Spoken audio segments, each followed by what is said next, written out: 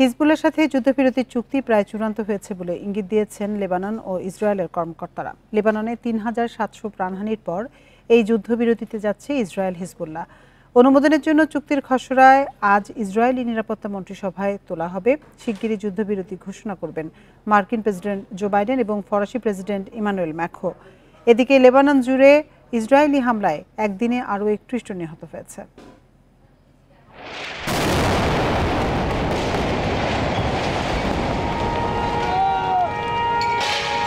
গাজায় আগ্রাসন ইস্যুতে ১ বছরের বেশি সময় ধরে ইসরায়েল ও লেবাননের সশস্ত্র গোষ্ঠী হিজবুল্লাহর মধ্যে সংঘাত চলছে। ২ মাস আগে স্থল অভিযান শুরুর মাধ্যমে লেবাননে হামলা জোরদার করে ইসরায়েলি সেনারা। এরপর থেকেই নানা মহল থেকে যুদ্ধবিরতির চাপ বাড়তে থাকে। সোমবার হিজবুল্লাহর সাথে যুদ্ধবিরতির চুক্তি প্রায় চূড়ান্ত হয়েছে বলে ইঙ্গিত দিয়েছেন লেবানন ও ইসরায়েলের কর্মকর্তারা। লেবাননের পার্লামেন্টের ডেপুটি স্পিকার ইলিয়াস বোসাব বলেন, যুক্তরাষ্ট্রের প্রস্তাবিত ৬০ দিনের যুদ্ধবিরতি বাস্তবায়নে বড় কোনো বাধা নেই।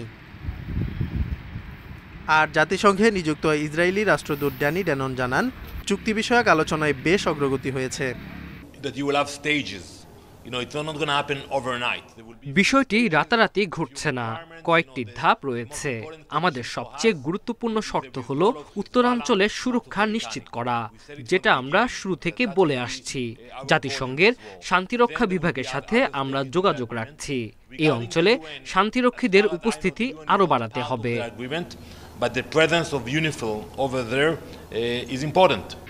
চুক্তি অনুযায়ী লেবাননের দক্ষিণাঞ্চল থেকে সেনা প্রত্যাহার করবে ইসরায়েল। বিপরীতে ইসরায়েলের উত্তরাঞ্চলের লিতানি নদী থেকে ভারী অস্ত্র সরিয়ে নেবে হিজবুল্লাহ। আর সীমান্ত এলাকায় মোতায়েন থাকবে লেবাননের সশস্ত্র বাহিনী। এছাড়া যুদ্ধবিরতি পর্যবেক্ষণে গঠন করা হবে মার্কিন নেতৃত্বাধীন তদারকি কমিটি। এর আগে রোববার লেবাননে হিজবুল্লাহর সাথে যুদ্ধবিরতিতে নীতিগত অনুমোদন দেন ইসরায়েলি প্রধানমন্ত্রী বেনিয়ামিন নেতানিয়াহু। সংশ্লিষ্ট সূত্রের বরাতে এমন তথ্য দেয় মার্কিন গণমাধ্যম CNN। এদিকে দুপক্ষের যুদ্ধবিরতির আলোচনার মধ্যেই লেবাননে হামলা অব্যাহত রেখেছে ইসরায়েল। সোমবার লেবানন জুড়ে অন্তত ৩১ জন নিহত হয়েছে, আহত হয়েছে বেশ কয়েকজন। Zobayer Hossain, Independent news.